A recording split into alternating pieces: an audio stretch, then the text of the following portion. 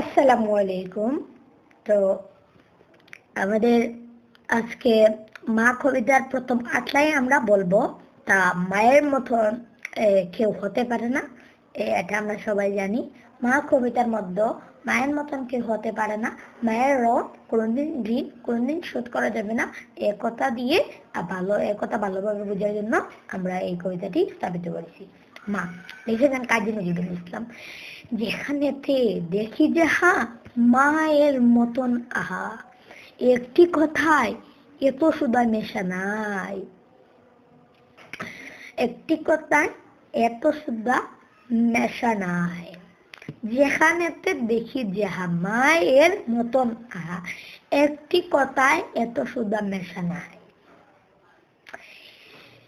মায়ের মতন এত আদর সুভাগ সে তো আর কোনোখানেই কেহ পাইবা না ভাই। হেরিলে মায়ের মুখ দূরে যায় শব্দ, মায়ের কুলেতে শুয়ে জুড়ায় পরাণ, মায়ের শীতল কুলে সকল যাতনা বলে, কতটা সুহাগে মাতা বুকটি বড়ান। যখন জনম নিনু কত অসহায় ছিনু, মুখে নাহি ছিল বাঘ, কটা প্রসাদ দূরে তাক, মুখে নাহি ছিল বাঘ, চাষনি ফিরে তো শুধু মার পিছু পিছু। পাঠশালা হতে হবে, গড়ে ফিরে যাব সবে, কত না আদরে করে তুলে নেবে মাতা, গড়ে গড়ে মা আমার কত নাম করে, বলে মোর হুকামনি হীরা মানিকের খনি, এমনটি নাই কারো শুনে বুক ভরে, দিবানিশি পাবো না, কিসে ক্লাস পাবো না।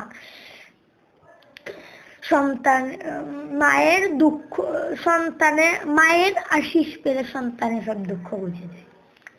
তো আমরা এই ভিডিওতে এখন পর্যন্ত দেখলাম। আসসালামু আলাইকুম।